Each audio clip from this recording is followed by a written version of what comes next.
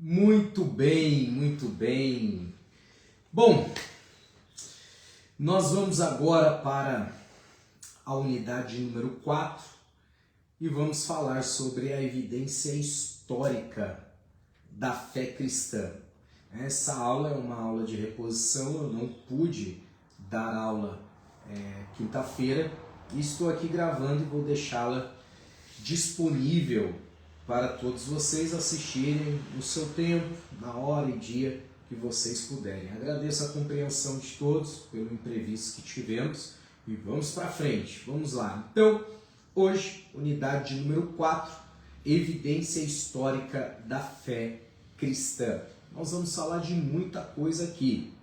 Penso que, a princípio, eu vou abordar com vocês a interação de Deus na história, como Deus comunicou, a problemática do mal, como lidar com o mal, e eu acho que eu vou resumir essa aula nesses dois assuntos. Mas, se tivermos tempo aqui, eu falo também sobre a contribuição do cristianismo na história, né? Quais as principais contribuições do cristianismo ao longo da história e a singularidade da experiência cristã. Vamos lá, vamos aproveitar o nosso tempo aqui.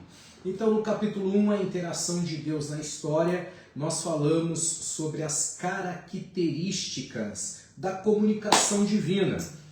O que é comunicação? Bom, a comunicação, em primeiro lugar, é importante, antes de falarmos o que é, o que constitui a comunicação, é importante dizer que a comunicação é um atributo divino compartilhado com o ser humano. Aqui eu explico para vocês o seguinte: Deus tem os seus atributos ativos e os seus atributos... São 9 horas. Opa, o Mac me avisando aqui. Vocês descobriram já a hora que eu estou gravando, né? 9 horas da manhã. Então vamos lá.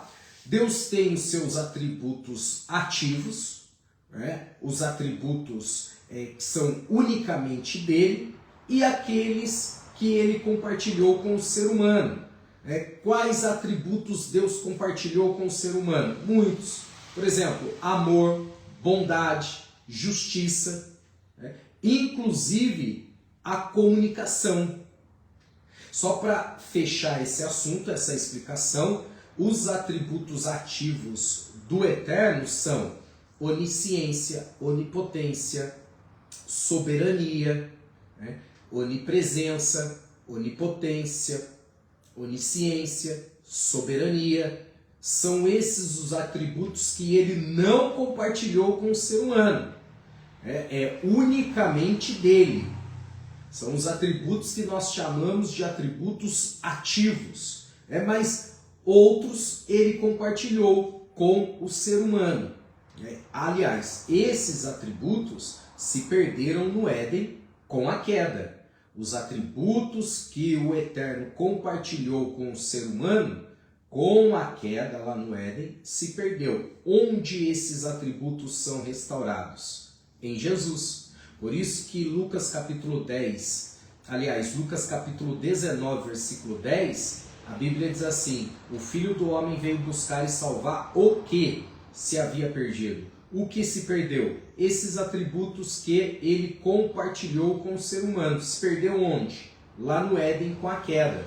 E em Jesus, esses atributos são plenamente restaurados. De tal modo que é verdade dizer que em Jesus o ser humano volta a ter novamente a capacidade de amar, de praticar a justiça, e por aí vai. Dito isso, detectado aqui que a comunicação é um atributo divino e está dentro dos quais ele compartilhou com o ser humano, outra coisa que nós já precisamos pontuar aqui é que por diversas vezes na Bíblia nós vemos Deus se comunicar com as suas criaturas. Ele ia lá no Éden, lá no jardim na viração do dia, falava com Adão, se comunicava. Ao longo da historicidade, nós vemos ele se manifestando e se comunicando, falando com o seu povo. Feitas essas duas considerações iniciais, agora nós vamos para os elementos essenciais da comunicação, né? O que constitui de fato uma comunicação? Bom, são 4 elementos. Primeiro, o emissor é quem fala, o receptor é quem escuta a mensagem, o meio são os recursos e as ferramentas utilizadas pelo emissor para transmitir, em quarto lugar, a mensagem. O que é a mensagem? É o conteúdo. Então, é a interação desses 4 elementos que constitui-se a comunicação. Pronto, definimos mais uma coisa aqui, agora nós vamos avançando. Tá? Então, recapitulando, fica claro que a comunicação é um atributo divino que ele compartilhou com o ser humano. Fica claro também que Deus se comunicou por diversas vezes com o ser humano ao longo da história. O Isaac chegou aí. Oi, Isaac, tudo bem? Estou gravando a aula aqui e vou deixar disponível para vocês, tá bom? Mas, claro, se você quiser já acompanhar, pode acompanhar aí. Tiver dúvida, pode mandar aí no chat, eu estou de olho aqui e já respondo também, tá joia? Então, feitas essas duas considerações, a terceira consideração aqui, principal e inicial, são os 4 elementos que constituem a comunicação. É o emissor, o receptor, o meio e a mensagem. O emissor é quem fala, o receptor é quem ouve, o meio são as ferramentas utilizadas e a mensagem é de fato o conteúdo. Agora nós vamos para um tópico que é Deus é um ser que se comunica. Deus é um ser que se comunica. Em Êxodo capítulo 3 nós vemos isso, aprendemos isso, que Deus se comunica. Ele não é um ser inacessível ou um ser silencioso, né? É da natureza divina falar, se relacionar, se comunicar e se apresentar. Então Deus é um Deus extremamente relacional, comunicativo, que se relaciona, que se comunica. Então, o emissor, ele toma a iniciativa de entrar em comunhão com o ser humano. Isso aqui é fantástico. E eu até digo que Deus, ele é um grande exemplo de missões, porque de fato o exemplo dele é muito válido para missões. Por quê? Muito simples. Porque ele não esperou o homem ir até ele, ele veio até o homem. E isso é a essência de missões. Nós não fazemos missões de braços cruzados, apenas orando e pedindo, Deus, manda as pessoas. Não, nós vamos até as pessoas, tomamos a iniciativa. Deus amou o mundo de tal maneira que deu, veja, ele ama, mas também age. Ele amou, mas não foi um amor que ficou no âmbito da teoria. Ele amou e tomou uma ação, tomou uma atitude. Qual? Enviou o seu Filho, que se entregou por nós, nos resgatando, como diz a Bíblia, da nossa vã maneira de viver, nos tornando novamente filho, através desse religamento, nos religando novamente com o Pai. Então ele é um grande exemplo de missões, porque, repito, ele não esperou o homem ir até ele, ele veio até o homem. O emissor toma a iniciativa de entrar em comunhão com o ser humano. Faz parte da perfeição de Deus se relacionar com a imperfeição. Para quê, Tiago? Para transformá-la. Eu vou repetir isso. Faz parte da essência de Deus. Faz parte da natureza divina. Faz parte da perfeição de Deus se relacionar com o imperfeito, Para quê? Para transformá-la. Tá? O emissor divino, eu quero pontuar algumas coisas aqui com vocês. Né? Deus, ele é o emissor, porque é ele que está transmitindo a mensagem.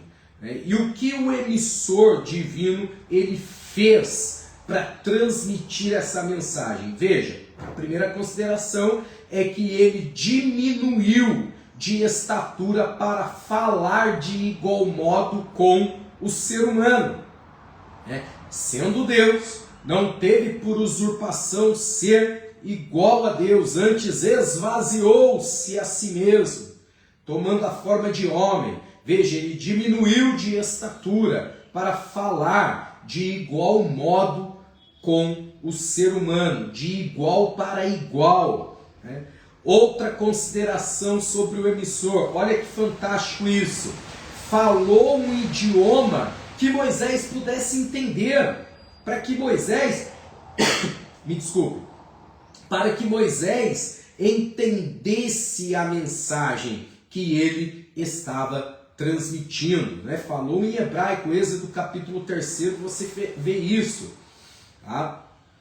Despiu-se de sua glória majestosa e transformou-se em um anjo. São as manifestações teofânicas que ele realizou para falar com o ser humano, para se comunicar com o ser humano.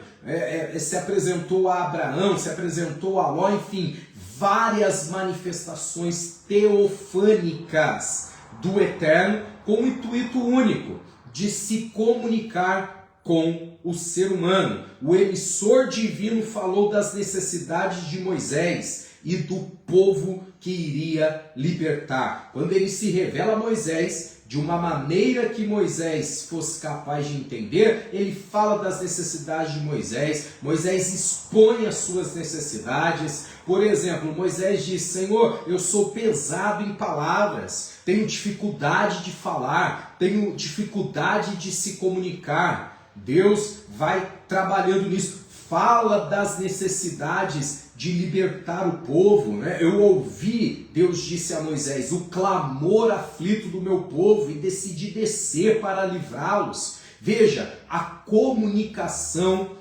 divina, o emissor se comunicando com o emissor perfeito, melhor dizendo. Né? Vou colocar dessa maneira, o emissor perfeito se comunicando com o imperfeito. Para quê, Tiago? Repito, para transformá-lo. Tá? O emissor divino usa recursos diversos para se comunicar. Recursos essenciais da comunicação são palavra, imagem, marcas. Deus falou muito através de símbolos, figuras, comparações, mas em essencial ele utilizou palavras. Deus usa recursos, mas nós não perdemos de vista que o principal e essencial recurso que ele utilizou foi a palavra. Mas, de fato, ele se utilizou de outros recursos, como imagens, como figuras, como marcas e por aí vai. Certo? A gente fecha esse primeiro assunto, tá? E nós vamos agora para um outro assunto, que é Deus e o enigma do mal. Deus e o enigma do mal. Um assunto muito interessante para falarmos. Tá? O objeto de estudo do enigma do mal é saber que o mal não é uma realidade independente de Deus, que há um propósito em permiti-lo, que Deus tem o controle absoluto sobre ele. No tocante sua origem, duração e intensidade, tá? Deus, vamos agora trabalhar aqui a ideia do enigma do mal. Eu vou entrar já numa parte mais prática com vocês. Deus não é o autor do mal, isso precisa ficar claro. Deus não é o autor do mal. Essa é a expressão, inclusive, que está no livro de vocês. Eu uso uma expressão um pouquinho diferente. Deus não criou o mal. Aí surge a questão, Tiago, peraí, Deus não é criador? Ele criou todas as coisas? Criou. Então ele criou o mal? Não, ele não criou o mal. O mal era uma possibilidade. Desde que Deus criou o ser humano e os anjos, inclusive, com o livre-arbítrio, o mal era uma possibilidade. Mas Deus não cria o mal. Tá? O que Deus cria? Deus cria seres angelicais com livre-arbítrio e Deus cria ser humano com livre-arbítrio. A partir disso, o mal era uma possibilidade. Então é correto dizer que Deus não é o autor do mal, mas ele permitiu que acontecesse para que se cumprisse seus propósitos, até o momento em que ele irá eliminar totalmente o mal. Tá bom? Então, Deus ele não cria o mal é uma possibilidade. Tá? A problemática do mal, a origem do mal. Vamos ver a origem do mal. Tá? Vamos lá. De acordo com a Bíblia, Satanás não é igual a Deus. Satanás é uma criatura rebelde e um usurpador. Tá? Tem uma expressão em Isaías, capítulo 45, Isaías 45, versículo 7, diz que Deus criou o mal. Né? É preciso entender esse texto, tá? Não como uma obra divina, né? Da mesma maneira que Deus criou céus e terra. Não. Deus cria ser humano, tá? Com livre-arbítrio. Deus cria anjos com livre-arbítrio. A partir disso, o mal é uma possibilidade através das ações e atitudes, tanto desses seres angelicais quanto do ser humano. Tá? Então, Deus criar o mal é uma situação específica, calamidade. Né? Não faz referência ao mal de origem, ao mal de criação. Tá? São situações específicas que o texto de Isaías se refere, a calamidades específicas, e muitas das quais Deus permite. Tá? Deus permite como consequência da decisão, da atitude do próprio ser humano. Tá? Se Deus é bom, por que acontecem tragédias? É o enigma do mal, né? É a problemática do mal. As pessoas questionam, Deus é bom? Aí você responde assim, mas se esse Deus é bom, por que coisas ruins acontecem? Por consequências e atitudes do próprio ser humano. Deus é bom, então por que aconteceu um terremoto e dezenas de pessoas inocentes morreram? Pela consequência do próprio homem, das atitudes do próprio homem. Poderia falar de aquecimento global, a maneira que o ser humano está lidando com os recursos naturais, a natureza, etc e tal. Tá dando para entender? Então, esse texto de Isaías 45, versículo 7, eu preciso citar ele aqui, para você saber do que se trata. Portanto, eu vou repetir e a gente avança. O texto de Isaías 45, versículo 7, não se refere ao mal de origem, ao mal de natureza, ao mal como sendo algo criado por Deus, né? Mas como uma situação pontual, uma calamidade específica, tá? Situações, tragédias, que são consequências das decisões e atitudes do ser humano, e Deus permite que aconteça porque ele respeita o livre-arbítrio do homem. Agora, será que o mal tem um propósito? Sim, tem. Porque mesmo coisas ruins que acontecem, se aconteceu, é porque Deus permitiu. Nada acontece sem a permissão dele. Ele está no controle de tudo e de todas as coisas. Em Tiago nós encontramos um terreno mais sólido sobre a permissão divina para o que nós chamamos de mal. Porém, nós não podemos imaginar que Deus permitirá algo que pudesse arruinar os propósitos dele. Então veja, aqui é muito importante essa colocação, porque você já entende o seguinte, que mesmo quando coisas ruins acontecem com pessoas de Deus, há um propósito nisso. Há um propósito na dor, há um propósito no sofrimento. É claro que na hora que a pessoa está no olho do furacão, em meio ao sofrimento, em meio à dor, em meio às lágrimas, chorando, agoniada, angustiada, ela não consegue muitas das vezes entender o propósito daquela situação ruim, daquela situação adversa, daquela situação difícil, o porquê daquela enfermidade, o porquê daquela porta que se fechou. Mas se aconteceu, primeiro, Deus está no controle. Segundo, aquilo não é para a morte, aquilo não é para arruinar, aquilo não é para destruir, aquilo não é para colocar ponto final.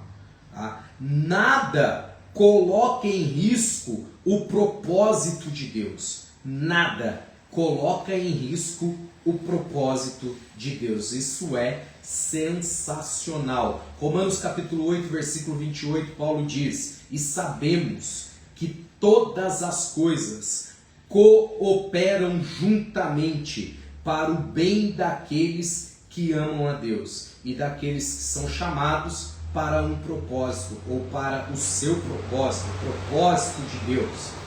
O que é isso? Paulo está falando inclusive de coisas ruins que acontecem na vida do servo de Deus, da serva de Deus, que de alguma maneira vai contribuir para o seu bem. Como? De que jeito? De que maneira? Aí eu não sei precisar a você. Eu não tenho a resposta pronta para isso. Eu não sei, inclusive, de onde vai vir, quem Deus vai usar, mas a convicção que eu tenho é que Deus vai, de um jeito ou de outro, fazer com que tudo isso coopere para que o propósito dele se realize na sua vida. Isso é fato. E nada, absolutamente nada, pode arruinar o propósito de Deus na sua vida. Paulo também vai falar disso. Quem poderá nos separar do amor de Deus? A altura, a profundidade, a largura, a fome, a espada, a nudez, o perigo? Nada poderá nos separar do amor de Cristo,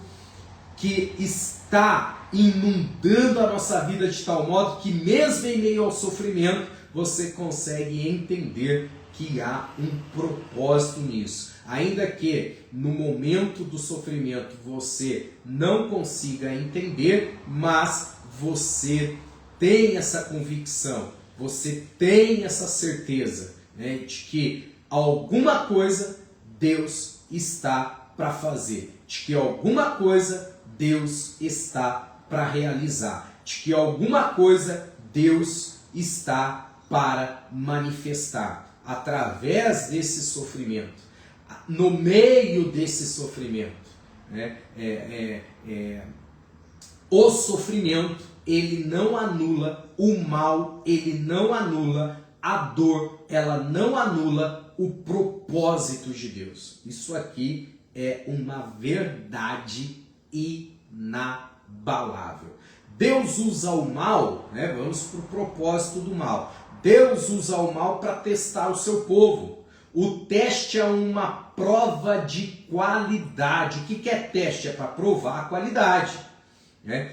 Todo produto confiável precisa da pressão para confirmar sua resistência. Ele é submetido, o produto ele é submetido a um estresse, a um teste de pressão para provar a sua resistência, a sua qualidade. Então Deus usa o mal para testar o seu povo, para testar, né? A prova que vem sobre nós é para testar a nossa qualidade, né? É verdade que nós, como seres humanos e tendenciosos a uma natureza corrompida pelo pecado, né? Nós nos inclinamos para aquilo que é mal, para essa natureza adâmica, caída, desconfigurada, corrompida pelo pecado. Nós achamos que estamos sendo bobo, né? Que temos que resolver do nosso jeito, que não pode deixar barato. Não, eu tenho que ir lá, tenho que fazer, tenho que mostrar, tenho que me impor. Quando na verdade Deus está talvez permitindo esse mal para nos testar a nossa qualidade, né? Para ver se vamos passar por esse processo. Quem suporta o processo vive o propósito. Eu vou repetir isso. Quem suporta o processo vive o propósito. Então, essa é a ideia, né? Um dos propósitos do mal é testar o povo de Deus. Deus tem demonstrado seu poder sobre o adversário, sobre Satanás, constantemente. Ele permitiu que o mal se manifestasse e tem, né, o pleno controle disso. Sua graça e misericórdia está sobre nós. Nada acontece sem a permissão de Deus. Principalmente na vida do seu servo, na vida da sua serva. Você já deve ter se lembrado aí da história de Jó. Que Deus permitiu um sofrimento. Deus permitiu que Jó passasse. Quem era Jó? Um homem reto, íntegro, sincero, se desviava do mal. Jó merecia passar por aquilo? Não. Mas Deus permitiu ele passar. Para quê? Para testar Jó, como nós acabamos de falar. Agora, feita essa consideração, vamos para a atitude correta diante do mal. Qual é a atitude correta diante do mal, frente ao mal? Ao tratar do problema do mal, devemos ter equilíbrio. Tá? 2 erros devem ser evitados. O primeiro, maximizar o mal, e o segundo, minimizar o mal. Você não deve tratar o mal, né, como algo exageradamente maior do que aquilo que de fato é. Porém, você também não pode desprezar o mal e minimizá-lo como que se nem existisse. Existe. O mal existe, está presente, existem pessoas más, existem pessoas ruins e muitas delas estão próximas a nós e você não tem nem noção. Então você não pode desprezar isso, mas também você não pode maximizar. O que seria maximizar? Eu falei de desprezar. Você não pode viver no mundo de Nárnia, no mundo da Alice, Alice no País das Maravilhas, achando que não existe pessoas ruins. Infelizmente existe. Existe. Eu trato as pessoas da seguinte maneira: toda pessoa é boa, até que ela, com as suas atitudes, prove o contrário. Nós damos chances e damos o devido respeito à pessoa. Aí, se a pessoa provar o contrário, é outra história. Então, você não pode minimizar, mas também não pode maximizar. O que seria maximizar? Você deixar de ter bons relacionamentos, você deixar de dar oportunidade para as pessoas, para você as conhecer e elas te conhecer. Aí já vai para esse outro extremo que também não pode. Então, não dar qualquer importância ao mal é um erro, exagerar a importância do mal é outro erro. A teologia, veja, nós estamos caminhando aqui, possivelmente eu já finalize essa aula. A teologia liberal tem negado verdades bíblicas essenciais, como por exemplo a existência do diabo. Não se deve ignorar os ardis do diabo. Você não pode ignorar, achar que ele não tem poder, achar que sequer ele existe. Agora, você também não pode maximizar. Ele tem poder? Tem. Mas Deus tem todo o poder. Deu para entender? Seguir a Bíblia, gente. Vamos lá. Seguir a Bíblia sempre será o melhor caminho. Seguir a Bíblia sempre será a melhor opção. Para você não ter surpresas desagradáveis. Tá certo?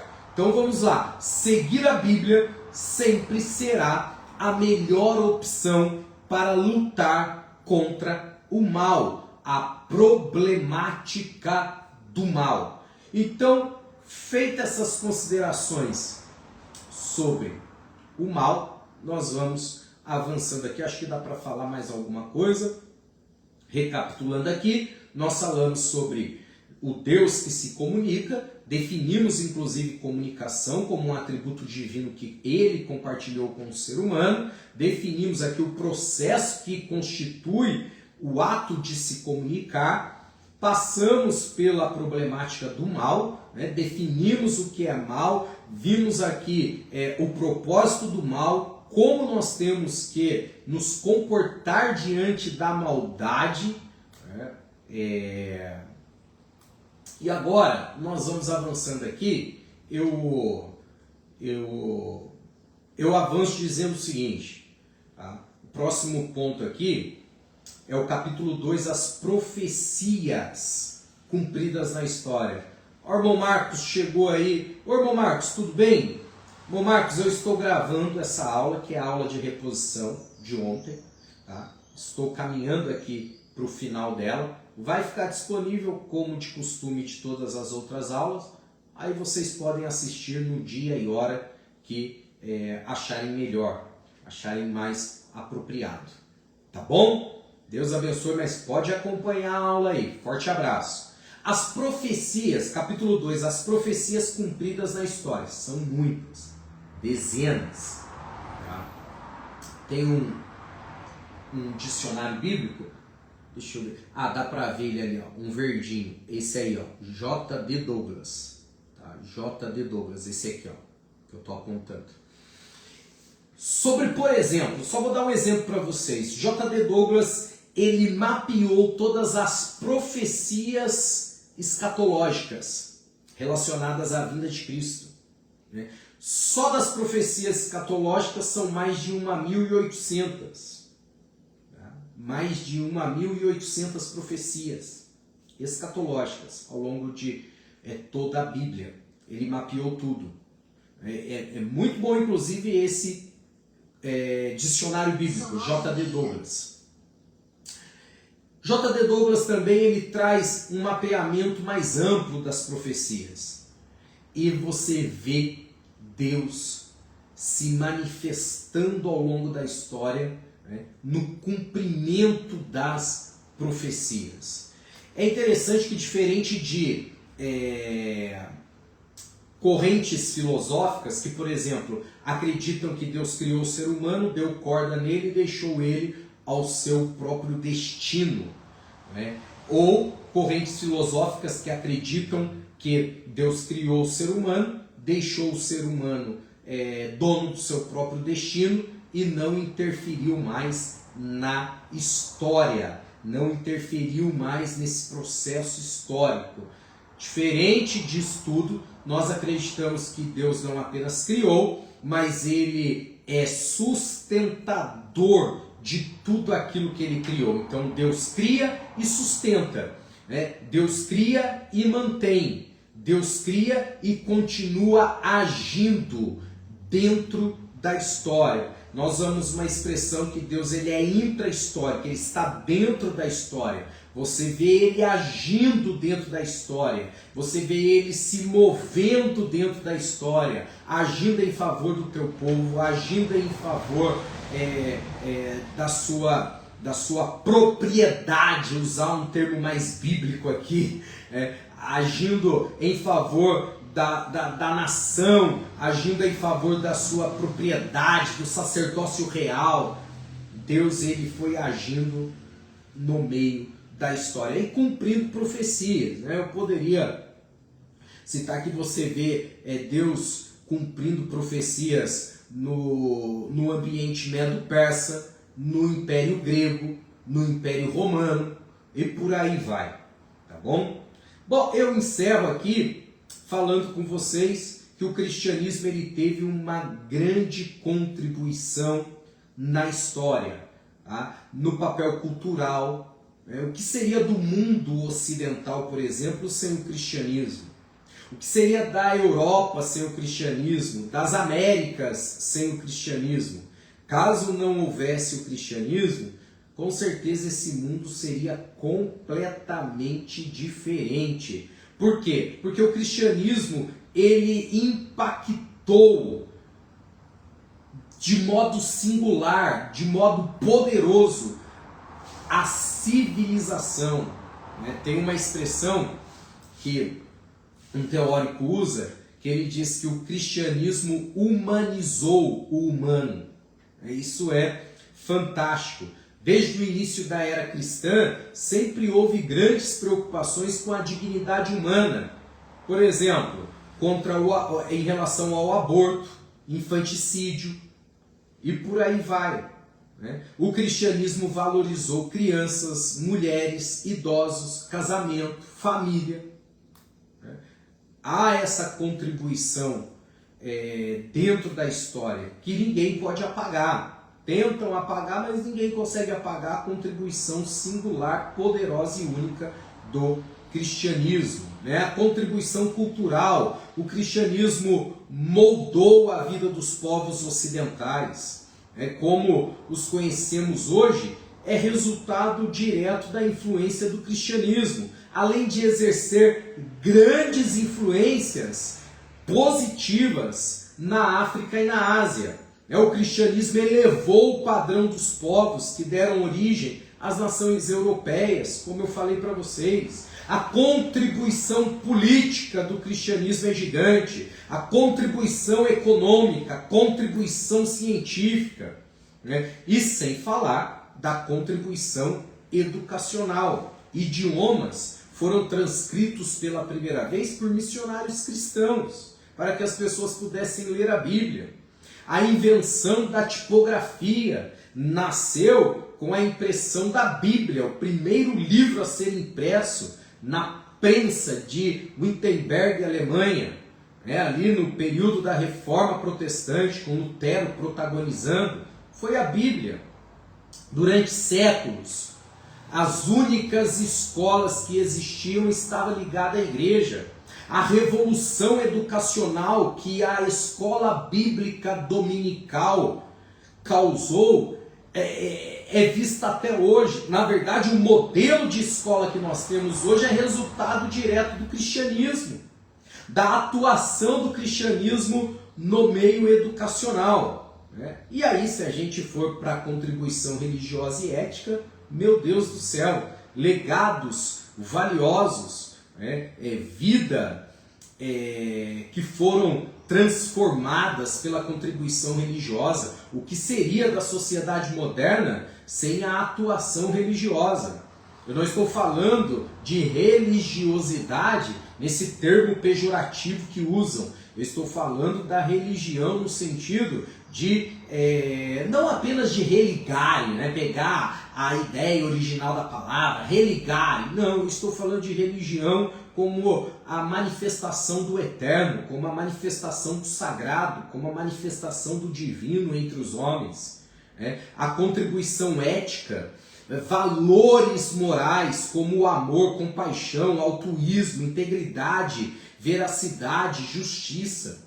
Sem Cristo e os seus ensinamentos, isso aqui ficaria muito vago. Tá? Então, a historicidade de Cristo. Cristo, ele é um personagem histórico, mas não apenas histórico. Ele é um personagem que deixou a sua contribuição singular. Cristo foi tão singular que foi o único que dividiu o tempo entre antes e depois dele. Então vejam, a contribuição de Jesus é fantástica e nós cristãos abraçamos essa fé, sempre firmado na pessoa de Cristo. Qual é o centro da nossa fé? Cristo.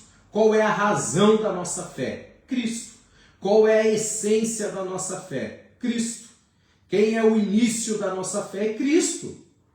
Ele é o centro, a origem. E o cristianismo é a única religião entre todas as religiões da terra que a razão singular está no Cristo. O centro do cristianismo é o próprio Cristo. Não apenas porque foi ele quem fundou quem iniciou, mas porque gira em torno dele. Tá? Ele é o centro da nossa fé. O Jesus histórico e o Cristo da fé são as mesmas pessoas. Jesus, Cristo, é o nosso único Senhor, Salvador, Mediador, como também é o supremo exemplo para nós. Qual é o principal exemplo para um cristão? É Cristo. É o resultado da obra de Cristo, que é o reino de Deus se manifestando entre nós, é algo sensacional, transformador, revolucionário. Bom, eu vou ficando por aqui nessa aula. Tá? Nós estamos caminhando, inclusive, para o fim do ano, o fim dessa matéria. Nós vamos entrar aí nesse período de férias. Tá? Acredito que eu tenha mais uma aula ainda aqui com vocês, mas nós vamos caminhando aqui, tá bom?